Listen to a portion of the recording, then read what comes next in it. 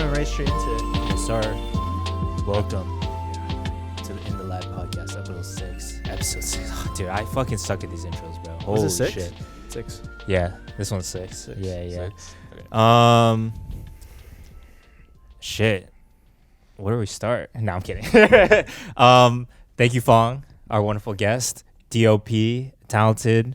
Have you directed before as well? I'm assuming you've done everything. Yeah, I have, but Yeah. I say like 99% of my work is just like director of photography. Yeah, right. Okay. Just I think when I first met you was on set for it wasn't Spotify for Real Asian, which I don't know if anyone's heard of, but they're kind of like an Asian focused international film festival in Toronto. And we did a shoot for them, met you. I think you were like incredible to work with in the first place. So it's like great to have you on, man. Thank you. Thanks for having me. For sure.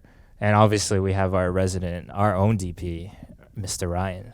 DP-ish. I don't know. Recently, I wouldn't like to call myself DP just because, like, I think I can do it, you know? But I think the one thing that made me realize I feel is, like like, you direct tomorrow, right? These days. It's hard. I do, like, a mix of everything. I think you know Phong, too, because we had this convo. But it's, like, the one thing why I don't want to label myself as a DP, like, at least yet, is because, like, I work with Phong. I work with Alex. I like these people who actually, like, put their sweat and tears in being, like, a DP. I was like, I feel like I'm not doing it justice. Okay, I see. You know? Like, Okay. I You think got some good work, though. I appreciate it. Yeah. That means a lot. Yeah. You're not just saying it because we're on the podcast. Right? No. I'm being for real, though. I mean, like, Yeah, I appreciate it. Like, just, you know, like, don't under, like, value your Okay. work that way. Because, Sure. like, you Yeah. seriously got some nice work. Yeah. You're no. cracked. I try, yeah. But no, I appreciate it. But I think what it has made me do, and like, wow, we're going so fast and we're going all like deep and stuff. But it's definitely just knowing the fact that I can always improve. Mhm. I think it humbled me too in a bit. Whereas like back then when we just started lab, we were a very small team, usually small budgets, low resources. So like, what can we do? Like everyone's usually doing like 10,000 rolls, you know. And so like I was also like editing and doing the and shooting. I didn't even know what was DP was back then, even though I came from film school, which is kind of funny. But the idea of just like using the cameras, like I always loved cameras. You know, I came from a background of like photography, and I think you did too. But it was just this idea that like you really just don't know until you meet like others. And so when I met Phong and like we worked on Real Asian, and I was like, damn, so talented. Like put in the work for that, you know. How do you get started in the creative industry? How do you start? Or like, what you kind of got you into? Like, did you go to school for it, or do you just like sort of pick it up and? I think I've always had a love for camera since I was at a young age. My dad, he used to do like wedding photography. Oh. Yeah, but like he's not a wedding photographer though. Okay. Yeah, He he just did it, and then like when I got to high school, and you know, like he let me play around with his camera a little bit, and you know, like I was really intrigued by the idea that, you know, like you could do so much with a camera. Yeah. And and I did a lot of like school projects with the camera. You know, I did like motion captures. Like there's obviously like, you know, some like silly like stop motion videos of just me and my friends like playing around with the stuff. But yeah, I like back then I was still in Vietnam, and you know, like the idea of someone, you know, getting out of school and becoming a full-time photographer or like a full-time video guy, it wasn't really a popular idea. Yeah, I can imagine. Yeah, because like, you know, the film industry in Vietnam at the time was still like fairly small and was fairly like just, you know, like how to say it? There wasn't much of a career in it. Exactly. And you know, like after school, and like, and I had to choose my career path. I had to choose like which university I had to get into. And honestly, man, I just like I got two options. The first one is hospitality management, because like my parents they in the restaurant industry. Oh, okay. And I picked it just because, you know, like Asian family they love, you Yeah, know, work like, in the family. Exactly. Yeah. And it was a pretty safe way for me back then too, because I knew like I could get a job right away after school. and the other option I chose was a school of marketing, Oh, okay. just because like I didn't really know the idea, the exact idea of what marketing is. Sounded cool. But it sounded cool. Yeah, but I ended up going to school for hospitality. Okay. Yeah, I did 4 years of that. I worked in a hotel after school. I mean, like during school and then after school Yeah. for like almost a year, and Yeah. I hated it. Hated it. Yeah. Yeah. Wait, so were you in school in Vietnam? You did that hospitality in Vietnam. Yes. So Yeah. you were still there. Yeah, when I was still there. But during school, I think it was around 2014, 2015, one of my close friends, he's a wedding photographer as well. Because like in Vietnam, if you're a photographer, wedding photography is like the big market to The get best. into. Yeah, it's like the best. Okay. So like a lot of people were like wedding photographers back there, and like my close friend in Vietnam, he's a wedding photographer, and he's like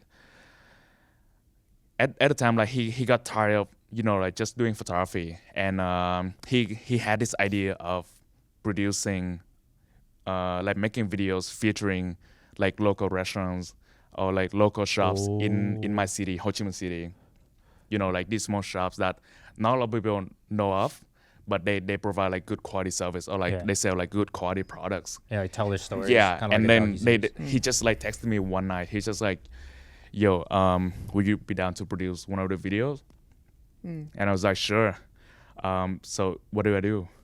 Because What? you didn't have any like film background yet, right? No, not at all. You had photography Like zero. background, though, Yeah. right? Just like for fun, and then Yeah. he's just like, oh, Exactly. I literally had zero knowledge in the film industry, because like back then I thought the director would make the whole movie. the whole thing. Yeah, the Right. director would do I thought everything. I still think the same thing. Yeah, Sometimes yeah. if I didn't see like how like Ryan on sets and things like that, I probably would have thought the same. Yeah. Honestly. Yeah, exactly. So like, like he asked me to produce like one of the videos, and then like I had to like spend, that whole night to like on Reddit, like on Google, like Googling what does a producer do, like, and what kind of work that can I put in to actually make a video, actually produce a video. So was the like, so your friend's video, was that a kind of like a passion project, or was it already Yeah. a funded project? It was a passion project. Okay. Yeah, we did it.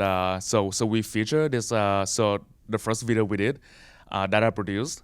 So I started out like producing video. Right. So we featured this like this guy's dessert store in my city.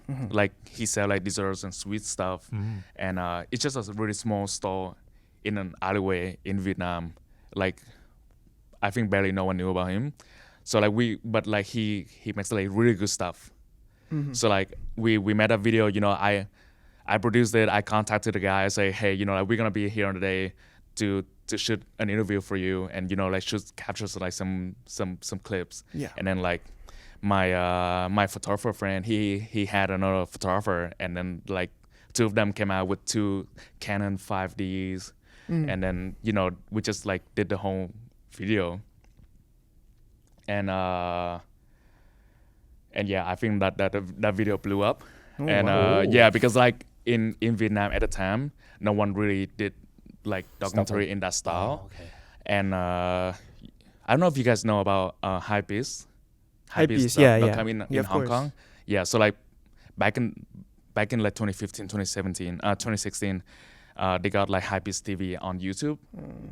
Which the idea was kind of the same. They would feature like these like hidden gems in Hong Kong or in Thailand, Right. in a really like run and gun style, Yeah. but really cinematic. It was like really popular back then, because like I remember watching like Vice a lot, Yeah, and so it was like this kind of like run and gun, like guerrilla like filming, which was like everything was shot like a very flat profile color, but it was Exactly. like yeah. the- It was yeah. the trend. very very trendy, very raw, and I Yeah. think in a way it's has kind of translated into like modern stuff too, where it's like a little bit like sometimes it's not like using like natural light, for example, right? Like not making it less artificial, whereas like Yeah. because back then like everything that was on TV was very like stylized or like dramatized, and then so like I think that made me think also to like when I was starting out too. I remember doing kind of like I did like a short mini documentary on, like my grandma, because she was Yo, like really good. That Like, was sick. yeah, thanks. Really, I gotta watch it. Yeah, You it gotta was send back me that. then. It was my friend Lewis, my old business partner. But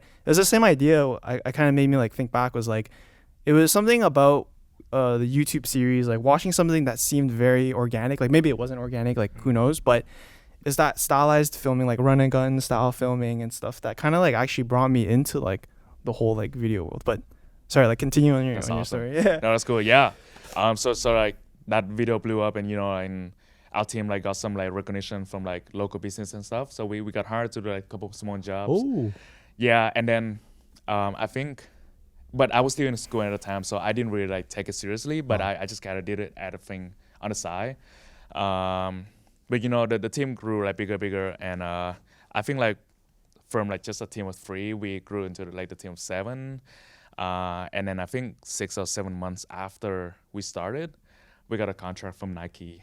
Oh wow. Yeah. That was so fast. Yeah, it's crazy because so there were some factors that came into play.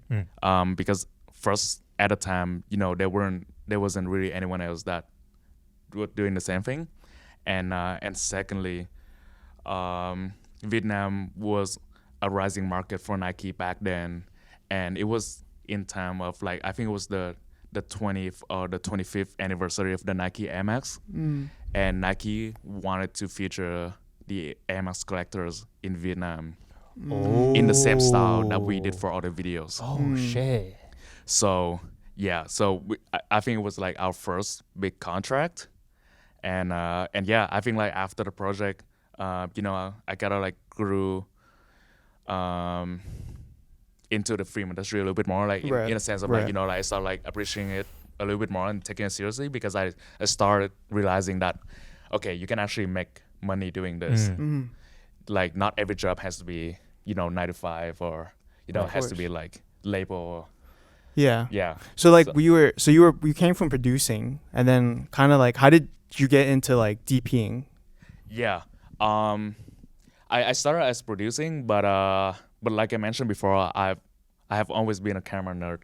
I love playing with camera. I love like creating images. So I produced for 2 years, and I kind of thought to myself, I was like, hey, it's really the time that I grew from producing, because every time I'm on a set, I see back then I didn't really know the idea of cinematographer. Yeah, just like a video, like just a guy with a camera. Exactly. Like, but every time I see them, I was like, wow, like you guys' jobs is so cool. Yeah. I want to be like you guys. I want to work with camera more. I want to like be the technical guy. Yeah. Yeah. Rather than producing, dealing with people and dealing with scheduling. To be fair, I enjoy doing that stuff, but I felt that it wasn't really my thing. Yeah. True. Yeah. You're passionate about like actually working with the camera itself. Yeah, exactly. I love tech. I love like going like through the numbers. I love like, reading about on the specs and all that kind of stuff. So yeah. Nerding out camera nerds, bro. Yeah. I feel that sometimes like we'll talk about like just like things in the past or like in like modern like technology and stuff. And it's like I'm so lost when you guys do that. yeah, it's okay. It's the same thing. What's Like an ISO? bro, it's like same thing. We guys talk about like audio, but I think most like. I would say most DPs like need to be kind of like camera nerds, right? Because you kind of need to like gotta master. That is your tool. That is your tool. Yeah.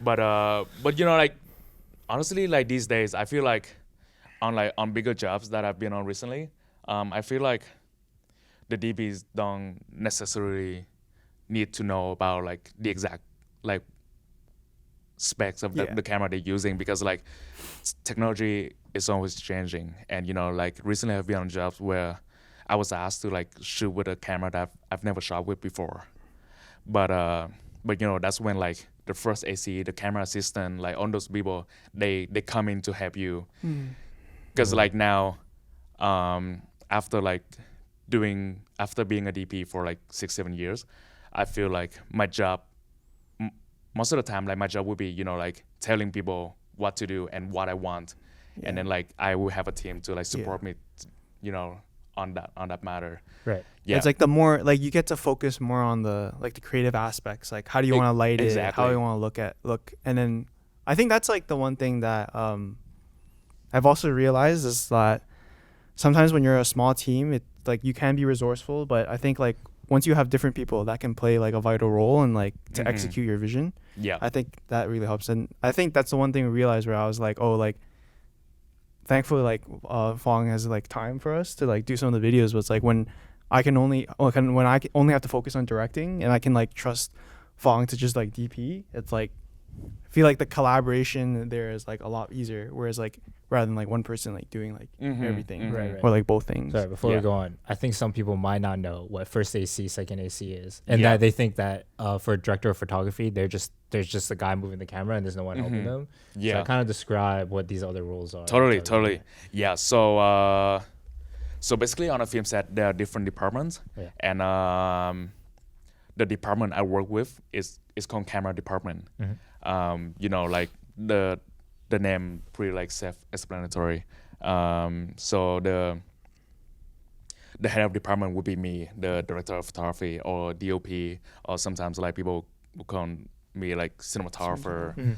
And then the first AC would be someone that worked closely under me. AC means assistant camera or assisting cameraman. So the first AC would be, I think, the guy that knows the camera like inside out. Yeah. And that would be the guy that, you know, most of the time that would be the guy that makes sure the shot is in focus. He's like the focus puller. Usually. Yeah, okay. Yeah. Focus puller. You know, like on some different markets, like I think in Asia or in Europe, they're divided into like first AC and then focus pullers. But I think in North America, it's the same role. The same. Right. Yeah. And then, you know, there would be second AC. Second AC would be like someone that's helping the first AC. For example, you know, if a first AC wants to change the lens, but they need to stay with the camera, so the second AC would be the one that runs to the lens case and wrap that lens Okay. and bring it to the first AC. Yeah. And also they usually do clapper too. Yeah, like Clapper, the sync. slate.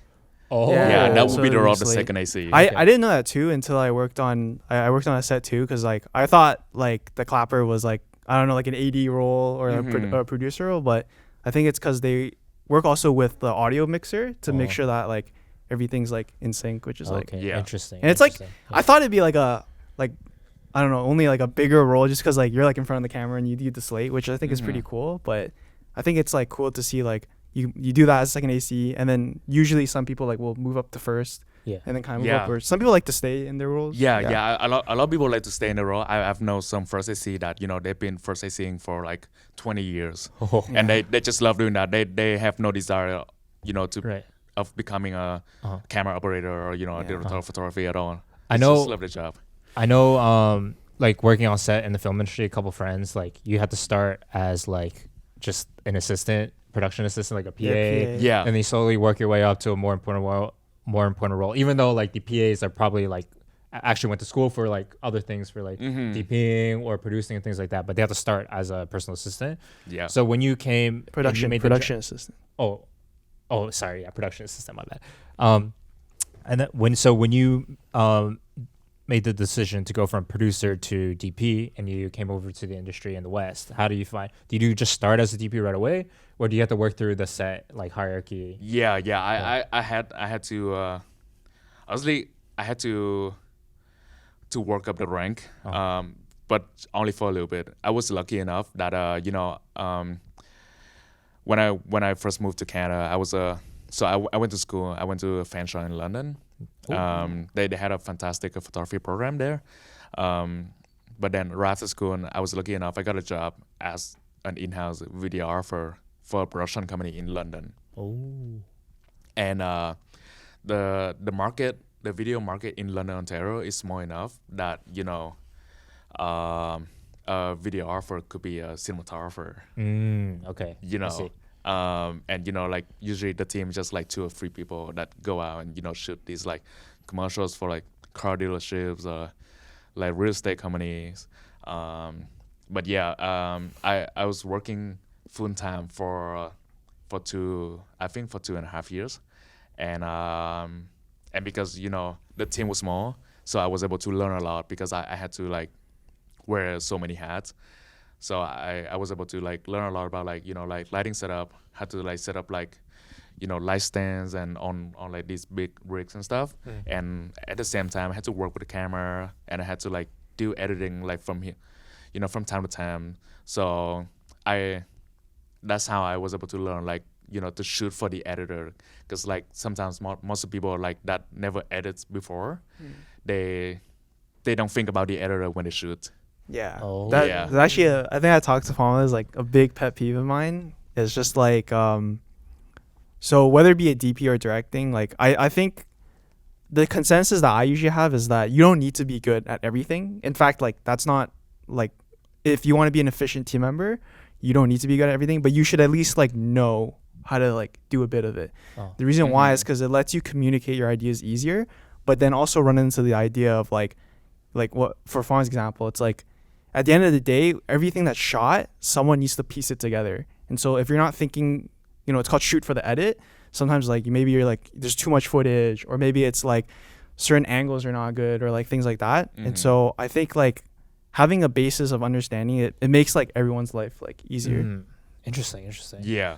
So do you find that like, can you tell when someone's shooting like not for the editor, like they're shooting for the sake of shooting? Like Yeah. I could tell Yeah. right away, because like sometimes like for example, like when you do like run and gun B-roll, when you run on like a clip, I would usually hold on to like Couple of to the, seconds. like at least like 10 seconds. But like, that's someone that's never edited a video before. They would hit roll for like 3 seconds, and then they would cut. And they just cut right away. Yeah, they just cut right away. Because like I'm not saying it's a bad thing, but it might be like troublesome later for the editor, because like I see. that 3 seconds, like is only maybe it could only like 1 or 2 seconds of those 3 like usable. So It's like too short. Or the other one would be like they shoot too much of the same thing for B-roll. It's like, at the end you have to think about like when you're working, I think like when you're shooting, sometimes it's good, like let's say I'm shooting like a tree branch, like you don't need like 5 or 10, but you maybe like 2 or 3, good shots, then you're good. But it helps for an editor, because like sorting through the footage. Yeah, it's a lot of stuff. Yeah. The other one, this is more of a technical question, but I had before too, was like sometimes the like delivery format, like certain, so like cameras, like certain things you can shoot at like really high, what we call like codecs. So some things are like really high res, like would be an example, like maybe like RE raw, for example. Maybe the final delivery doesn't need to be in that high format codec. So sometimes, like for me, like when I do some editing, like it just does, it's more processing work, because you gotta like ingest through it. So sometimes it's easier, if I were to shoot for the edit, it's like, oh, maybe I don't need to shoot in like RE raw for like 4K. Maybe I can shoot in like ProRes or like MP4. Oh, interesting. Exactly. Yeah. But going back is like you wouldn't know unless you kind of know a little bit about editing or like dabbled into it. So I think that's what separates like whatever role separates a really good DP or a really good director, is like you don't need to be really good at like editing, shooting, or like directing, but knowing enough does help make the process easier for everyone. I for think the whole team. Yeah. I see. So you were kind of doing you had a lot of hats on, kind of doing some grunt work, kind of just like learning the set roles and things like that. How long did you have to do that before you landed your first gig as like an official director of photography? Yeah. I think I was working in-house for that company for 2.5 years, and I think but like my last like 5 or 6 months at the company, I started like making connections, and like start reaching out to like some other people, and I have a really good friend in Toronto. His name is James. He's a colorist. He's working for Alter Ego. I don't know if you guys heard of. Yeah. So Alter Ego is like the big color company in Toronto. They work on Mad Max and like big blockbusters and stuff. Yeah, wow. That's crazy. They're huge. So like James is one of their senior colorists there. So I think it was 6 or 7 months before I left the job. I had a coffee with James, and I was like, hey buddy, like I'm planning to move to Toronto, and like making my move as a freelancer at the end of the year. Like Oh, because you were still living in London at exactly. that time. Okay. Yeah. Like I was like, basically the idea was just, begging him if like he knew any new directors or any new producers that looking for a cinematographer. I honestly I would be willing to do it for free, just to like build out my portfolio. And And I think like 2 or 3 months after that, James introduced me to Allison, a music video director, and I think that's how I landed my first music video gig. I think I got paid only like $100 or something, and and then I think I paid on gas on like round trips, driving from like London to Toronto, but it was good because the company that I was working for at the time, they were very understanding, and like they let me borrow gear and stuff. So like I didn't arrive to the shoot like empty-handed, right? I had a little bit of gear, had a little bit of lighting, and we did a music video, and yeah, I think I met a lot of like nice people on the set, and it was a very low budget shoot, but everyone like was happy to be on it just because like the love for filmmaking, and I'm the producer for that music video. So after the shoot, he actually liked me a lot, and then like he introduced me to like a couple more directors, and I think that's nice. It just took off. It just took off from there. Yeah, and that was like in the early 2021, I think. Okay. Yeah. So wow, so you probably did it for another year before you saw us at Real Asian. Yeah. And then before you hop into that, I was curious, like, was that before you became part of the guild, or was that after? No, that was way before. I became. What's the guild? Oh yeah, you can talk about. Yeah, the guild is it's called the CSC, the Cinematographer Society of Canada. Yo, he's trying to think. He doesn't want to mess it up. I'm just sure. Yeah, is it like a union? It's not a union. It's like think of it as like a club. Yeah, a really high level club. Like you need to be recognized, or like someone needs to refer you. Yeah. To get in, and then once you get in, what are the benefits? Or so like the benefits will be like you get access to like only like workshops for free. Like for example, let's say LED walls is like a big thing right now. Everyone's shooting commercials on LED walls, like shooting movies on LED walls. Like the new Batman movie, they shot like 90% of that on the LED wall, and like no one recognize it because it's so real, right? Yeah. So like the guild would like provide the opportunity for like the cinematographers in the guild to learn about that for free. Like like to learn and adapt to the new technologies. And sometimes like they got deals with like camera brands and stuff, because I know they have a big partnership with Fuji Canada and Arri Canada. So yeah. I'm pretty sure you get like invited to like whenever they have like a new camera, like an Alexa. Well, like I guess you get to like test it, or like because they always have those in like Toronto, I believe, but you have to be like invited to go into those things. Yeah, exactly. Like so like like whatever like camera like they just announced, or whatever lights they just announced this month, I probably saw those lights or those cameras like a year ago. Yeah, before it goes into market. Yeah. Okay. Yeah, nice. It's like one of those like benefits, right? And yeah, it's the other thing. Just like like I think just like gives more clout to your name, because like if you're in a guild now and people start taking you a little bit more seriously, and and there's a slightly higher chance of you getting the job just because of that. Oh, they're like, you're part of the guild, like. Yeah, I think so. It's like a big flex. Yeah, it's a flex for sure. But on and on, I don't think it guarantees you work, because like I think this industry is still a very like human oriented to the core, in a sense that you gotta have good connections, and you gotta be an actual good person to get called back, to get a call back.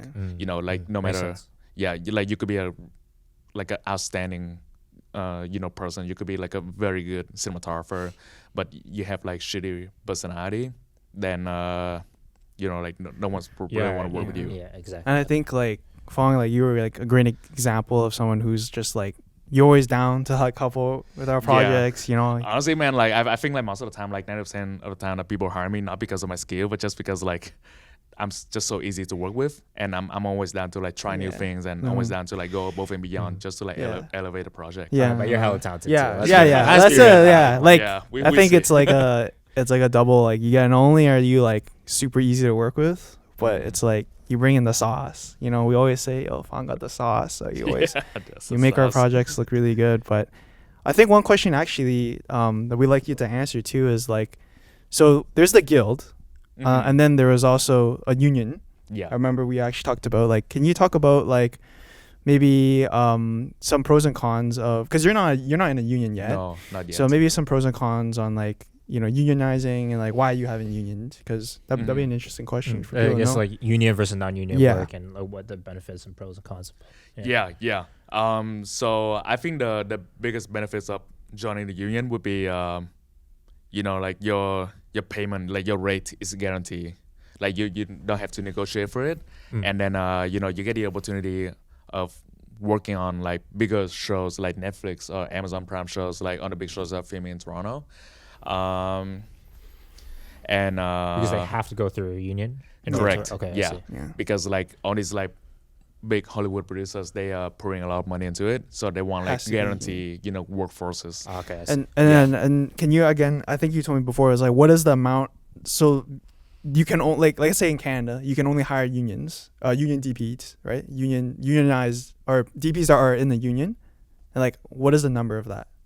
Honestly, I think that's only like under 20. Oh, there's a DPs. cap? No, like No, that's just how many there are. that's just how. So that's just how imagine many, like yeah. all the films and a Because lot of it's so films, hard to yeah, get and a in. lot of films get shot in my Canada. God. So imagine every time they hire for those big like shows or movies, they have to hire only the 20. It's the same 20 man. It's the same 20 Exactly. men. So like Yeah. if you look at the credit list, it's probably the same people. Yeah, exactly. But yeah. that's like, I guess the pros, right? Like you're guaranteed that Mhm. that name and that. But like bag. on all of them like are like probably in their like mid 40s or like mid 50s, because like it took them like 30 years to build a career before they got accepted into the union. So like that's the other thing with joining the union is because you know like the pay is so good and the work is so good, and you know it's harder for you to get in. Yeah. So I'm assuming the 20, well, let's say whatever, 20 odd some DPs that are in the union, are they the board that selects people in, or there's an actual like selection? That's an actual board. Yeah. Oh, wow.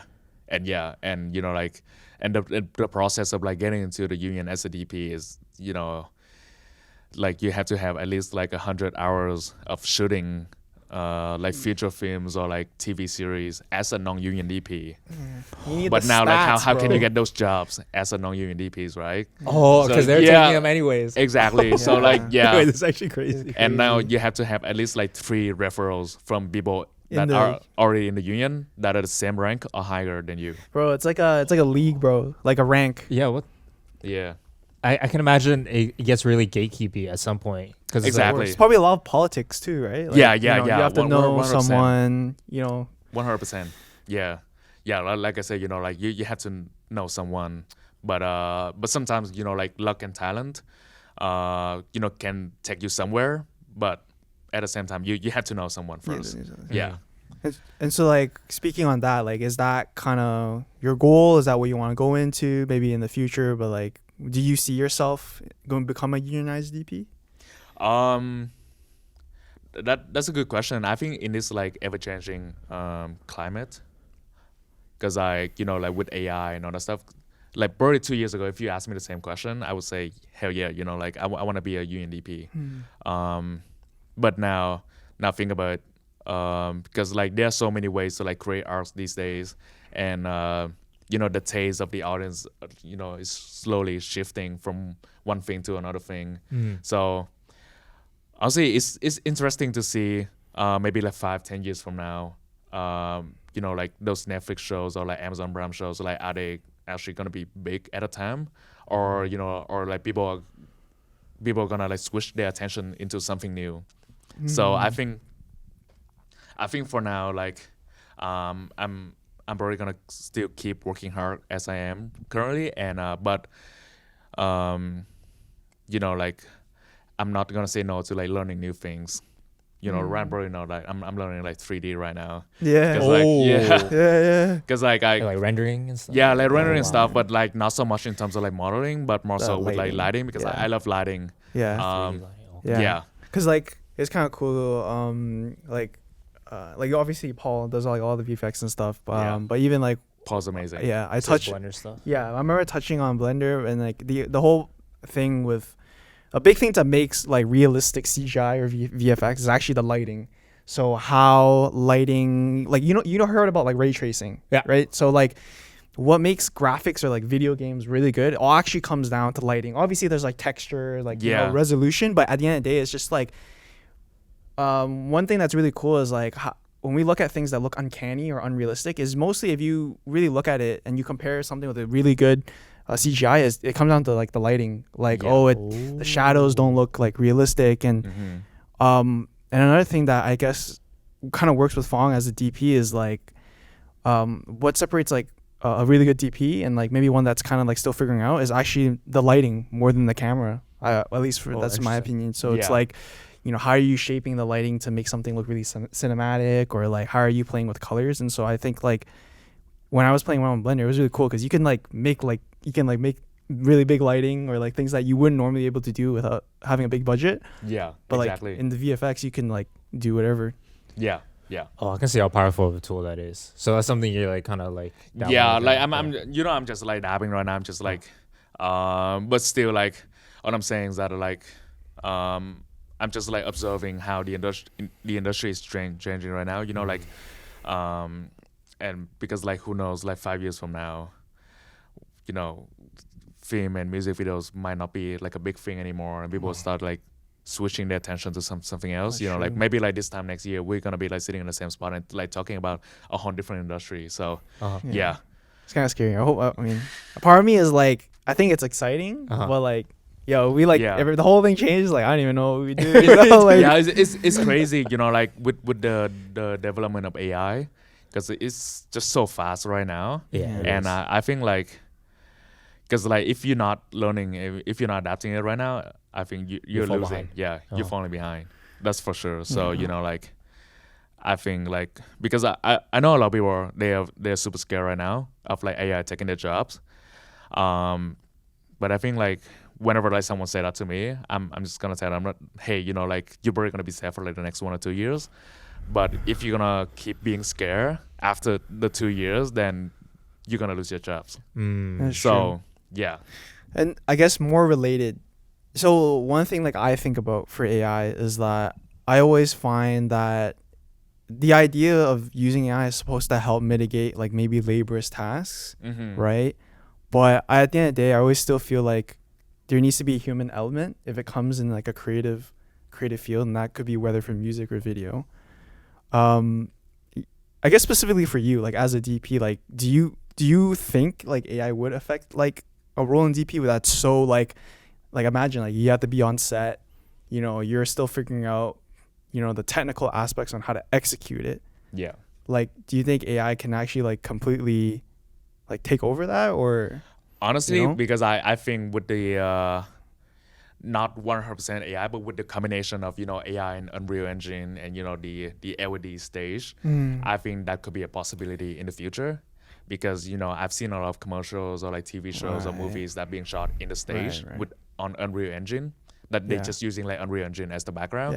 And you can just like tell AI to, okay, hey, I want to craft a scene that is like a sunny fall day in Canada, and, you know, AI can tell Unreal Engine what to do. Yes. So I've seen like, for an example, like to kind of expand for like everyone else, it's like this idea where like, think of a green screen, like, you know, green screen, right? But think like 10 times like cracked.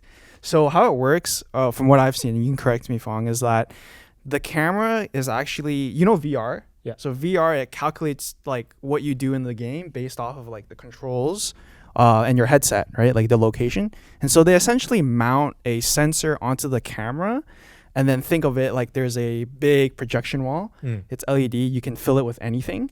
And so it communicates to the camera, like when you're like turning it at a certain angle, the background will like turn too. So green screen, the limitation of green screen is that all of that is done on post, and it's technically on a 2D thing. But like if you can not only change the perspective, you know, like how far things are based off that sensor on the camera, and then like it calculates it on the background, you have like way more different options. And not only that, and then plus adding like lighting. So like the lighting of the studio will change, that's like relative to the scene. So like the Mandalorian, for an example, I've seen that. It's similar to that. And low, that's crazy. Yeah, and it's great too, because, you know, like I listened to a podcast where they interviewed a DP of Mandalorian. They say that they couldn't have done it on a green screen or blue screen because like the helmet that the main character was wearing is really reflective. Yeah. So like the green screen would be like reflected on On the the helmet. mask. Yeah. You But remember- now yeah. they got like on these walls, like on the screens Yeah. that actually reflecting the real Simulated environment. light, and so it's Yeah. not like a green. So that would save Yeah. like the visual Dude, effects. do you guy remember? job, like, Yeah, do you half. remember on like the Buddha Bomb movies? Yeah. So there was this scene where like we were replicating the Star Wars scene, and Lucky, who was playing one of the soldiers in Star Wars, he was wearing like a reflective helmet, and so because it's a green screen, the green reflects onto like the helmet. Yeah. So like if we had like a virtual like studio, it like that wouldn't be the case because it wouldn't like mix. Yeah. Wait, that's crazy. Holy. Yeah. So I think it's exciting and scary at the same time. But but like I say, Wish Trooper is still good for the next year because like the cost of shooting in a virtual wall or LD wall right now is still like very high. But I think with AI is developing so fast right now, I think 1 or 2 years from now it's gonna be like super accessible for a lot of people. Oh, okay. I see. Yeah. So I mean, you mentioned you're currently doing non-union work, so you're just freelancing yourself. How do you find like the freelancing life? Is it stressful for you? Yeah. Yeah. It's really stressful. Honestly, man, it's sometimes I find my life super funny because like sometimes I will be like stressful about work. I will be like working nonstop, like for 30, 40 days straight, and then I would like I was dreading for a vacation day or like a day off, but then like if I'm not shooting for like 5 or 6 days, I'm just like sitting at home and hating my life. Yeah, you're just like, I I feel could be that. doing something else, Yeah, or I'm missing exactly. opportunities. Exactly. I see. Yeah, and I think the FOMO, the fear of missing out in this industry is real. Oh yeah. Because like 100%. because like now you're sitting at home, you're not doing anything, and you see like other people like your peers like posting on this new work that they've done for example, like you see your friend posting commercial, they work with this director that you also know, and like you start thinking to yourself that, hey, like why wasn't I the one that got picked for the job? Yeah. Right. And yeah, but it's real, man. And because like the film industry is funny in a sense that when you're on set and you see like these like 30, 40 people at least, and you get to socialize, you get to talk a lot, but then like there's not really a thing that like when you work a 9 to 5 job, sometimes like you say to your colleagues that, hey, let's go grab a drink after work, but it doesn't work like that in the film industry because like you usually work for like 12, 14 hours, Yeah. and then like you It's got like so days tired, yeah, you just want to You go don't home and you don't go sleep, home. Yeah. and then like, and on a day that you're free, they probably are working because like you're on freelancers, right? Yeah. So other than the time being on set, you don't really socialize after work at all. So I felt like recently one good thing that you could do is that like I picked up badminton. Because recently I've been playing badminton with my fiance. We play like once a week, and it's a good thing because like like you get to do like an activity and then Get some exercise, some physical. Exactly, and just like get the stress out of your head that way. And I see a lot of like a lot of DPs, a lot of my friends that they got so caught up with work and they forget to take care of themselves. And they just break down, hospitalized, Exactly. and you have to take even longer break after that because you just can't work. Yeah. I think like depression is 100% a real thing in this industry. Like for example, like especially in my type of work, because like one day you could be doing like the coolest stuff ever, and the next day you could be like sitting at home and like you got no phone calls, no emails, and then like you start like questioning your own ability. Yeah. So how have like so I know that you said like badminton kind of like helps take your mind off, but like do you have like any other tips to kind of like help combat that? Yeah. Honestly, I think like exercising would be the main thing. Like I go to the gym as well, and honestly, like the other thing too is that like I say, like I'm learning like 3D right now, so like that's what I'm trying to do whenever I have free time. So like picking up new thing to learn, because like I feel like in this industry, or especially like for creatives like us, it's never too late to learn something new. And with technology is always changing. As currently, I think it doesn't hurt to like learn something new, and yeah, I think like whenever you're free, just like it's like find a book on the new thing that you never learned before. Like read like the first 5 pages, or like go on YouTube, look for a tutorial on like doing like how to start a project in Blender, for example. Like just to get your head occupied. So you Keep on your toes. yeah, exactly. Yeah. I also read somewhere where it's like if you're trying to learn new skills, sometimes it can be like very overwhelming. So it's like what you do instead is like you just do 30 minutes of about it every day. Yeah. And you do 30 minutes of that task every day, but you try not to every day, but you can only skip one day. Meaning like you do it every day, and if you skip one day, that's okay, but never like skip 2 days. In a row. Yeah. Okay. One day is okay because it lets your mind kind of like rest and like whatever. But obviously like you still want to try and stick like every day, every day, every day. Obviously like things come up, whatever. But yeah. Just build that discipline. Yeah. But, I mean, it's just a random thing to add on, but that's like what No, I 100%. kind of help. I agree. Yeah. Because like it's the same thing that I'm doing right now. Like I'm learning new thing, but I'm not like, like super invested into it. I'm just like taking 30 minutes or like an hour of my time every day to learn it. Like that makes it, like not overwhelming at the same time, and like, and then it's still like interesting enough that I can go back to it the next day. Yeah. Damn. I mean, obviously freelancing is really stressed out. You have like some ways to like cope with it. Ultimately I'm assuming it's something you're very passionate about yourself. Otherwise, you wouldn't want to deal with all the extra kind of like bullshit, all the outward, the social pressures, like the politics of being on set and things like that. Yeah, honestly, man, because like I think on and on, like we don't like the stress that I have to do. I would say, like the like first up, like I get to do cool stuff and I get to like show to other people, and so like that feels rewarding.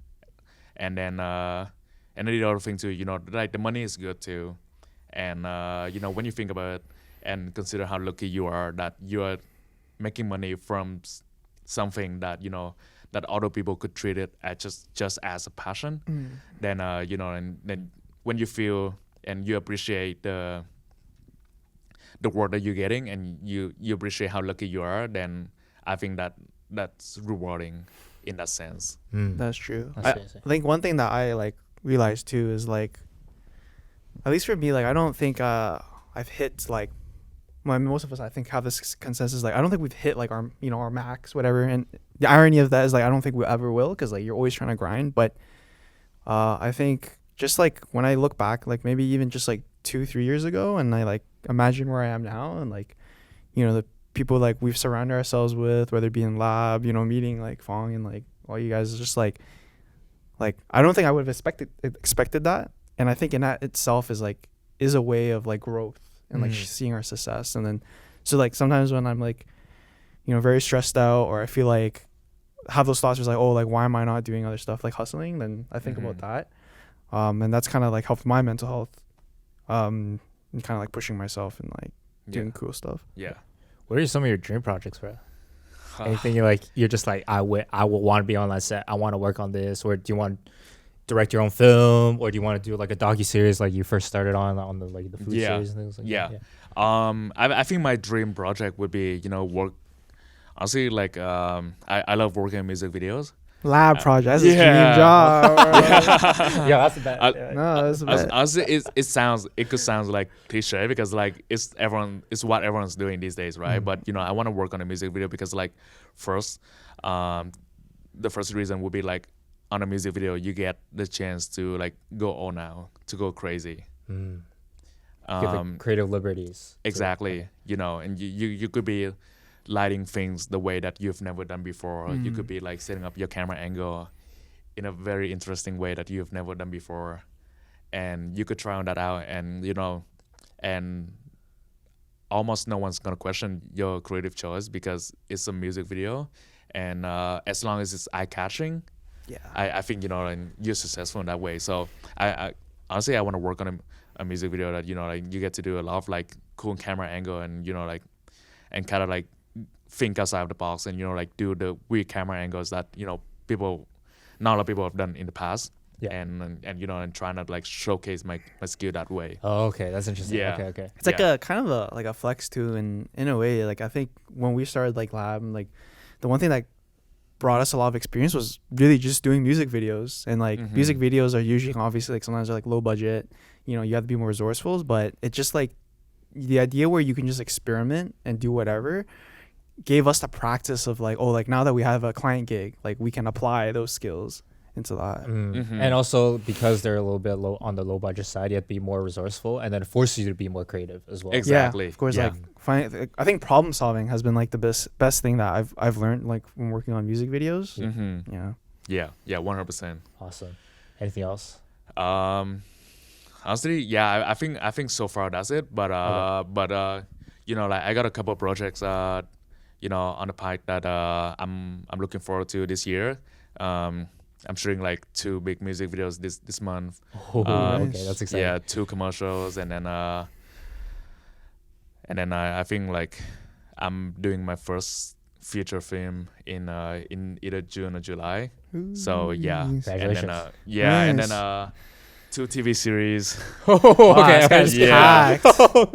Yeah. And this is just like within like the first half of the year. Or is it? Yeah. Oh my goodness. Yeah, so I'm flying to Newfoundland to shoot my first TV series Nice.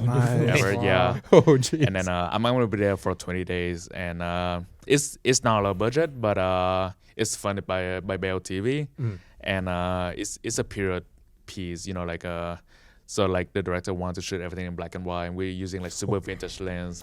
And the director wanted everything like to be like super moody and dark. I was like, hell yeah. Sounds like fun. And so honestly, man, I think it's not so much about like dreaming what I wanted to do, but it's more so about thinking about what projects that I have currently on the horizons and turn it into my dream project.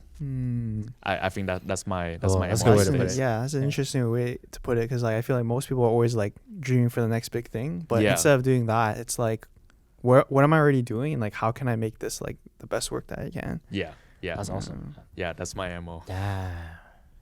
I feel like I even like for lab, sometimes like we're always thinking like, oh, like what's our like next dream project and whatnot. And I think what we've been really good at is just like, let's look for opportunities that are already gonna come. Yeah. And like let's just make it like as crazy as we can. Yeah. Exactly.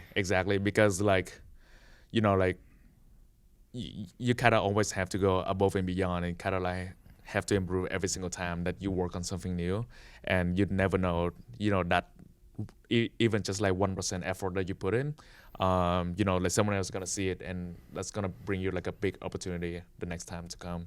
You never know. Yeah, for sure. How many guests? What time are we at? I think we're pretty deep in. So that's 5 minutes left. Was that Could be 50? 50. Oh, 5 minutes. Okay. Well, I mean, just to wrap everything up, what kind of advice do you have for the new generation or people aspiring to get into the film industry, want to be their own directors of photographies, and or like want to like get into the industry more? Like, what kind of advice do you have for them to get started? Yeah, I think my advice would be this is a good question. I think watching, like no matter what you're watching, like movies or music videos, start dissecting it, and like start like analyzing it, like seeing like what type of like camera lens they're using. Like it could be as simple as they're using a wide lens for this shot, a medium lens for the next shot, and and start like shifting your mindset in that way, and always look for inspiration, because like that's everywhere. Even if you wake up in the morning, you make a cup of coffee, like trying to see like how the light is hitting your cup of coffee. That's why I do every day, because like I'm so immersed in my work that like even like at night when my fiance turns the bathroom lights on, I'm trying to see like how far the light from the bathroom like falls up to I the actually bedroom. feel that so hard, because Yeah, like and even like me and my girlfriend, like we'll be just like out like at a cafe, and then like some places are just really aesthetic, like maybe like there's like a big window with like light spilling in, and then like someone sitting on it, and like you're shooting like dark side, and I'm just like, I'll just tell her like, yo, this would be like such a nice shot, and she's exactly, like, yeah, she's so annoyed with me, like, yeah, it's like, why do you like do random things? It's like, I feel that it's just like you're always just like thinking about it. We're weirdos, man. But you know, like if you're starting out, if you want to become a cinematographer, then I think you should start thinking like one. And okay. but you know, like don't make the same mistake that I made like the first couple of years of my career, that I got so caught up with work that I forgot to take care of myself and my mental health. I think like picking up like a sport to play is always a good practice. Like make friends out of the industry, so you always have like something different to talk about. Because like it's not always about work and the money in this industry, because like your mental health is very important too. Because I've seen a lot of my friends, like they would have like mental breakdown, they would like suffer through like depression, and they would quit the industry. Oh wow. Even though like they are like super good at what they did, so and it's not even worth it, because like a lot of people, when they think about film industry, they always think about like on the fanciness, like on the glamour that you see on TV is on the screens, but they don't think about like the work and the hours that need to be put behind it. So when you start like thinking about the industry as just like it's not worth to sacrifice your own self into it. I think like that's what I meant to say. It's like you should always have that fire, like Yeah. whenever the things that you do, always keep that fire going, and like, because Exactly. if that fire goes out, then it's just like You're you just burn done. yourself out, Yeah. you're done. And like I think one thing that I had to also kind of like figure out was just like, how do you build this like love work relationship with like the thing that you aspire to be, or like you love doing like videography, you like DPing, or you like making music. Like, how do I at the same time keep it a balance between like work, but still like make it a place where like I feel like that's me, The last thing you want to do is just like make something where you're not happy with, or like it's not representative of you. So I think that what you said, just keeping that fire is like really important. It's helped us. Yeah, exactly. I agree. Yeah, that's great advice, man. Well, thank you, Phong, again. Appreciate it. Dude, that's a lot of insight. That was kind of crazy.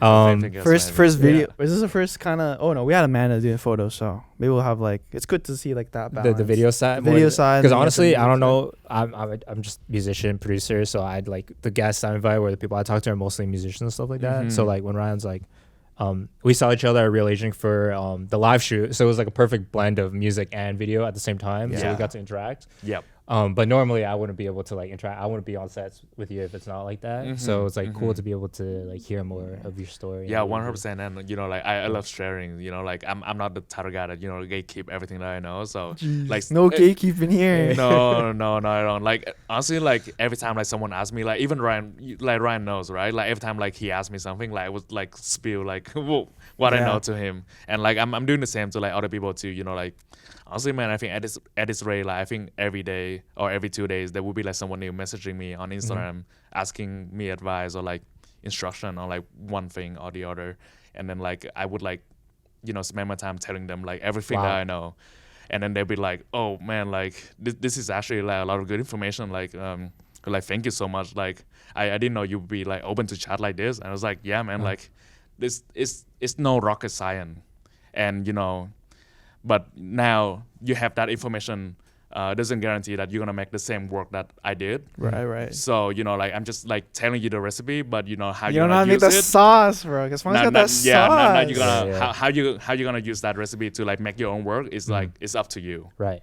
Yeah. Well, that's great to hear, man. And I mean, I learned a lot this episode. And again, the thing I always say is just like, I hope you guys, we're really new in the industry and we're always trying to figure things out. So it's great to ask questions. It's great to like be curious. And then I hope you take just a little bit of something from this episode as well, even if you're not in the video industry. And we'll see you on the next one, baby. Peace.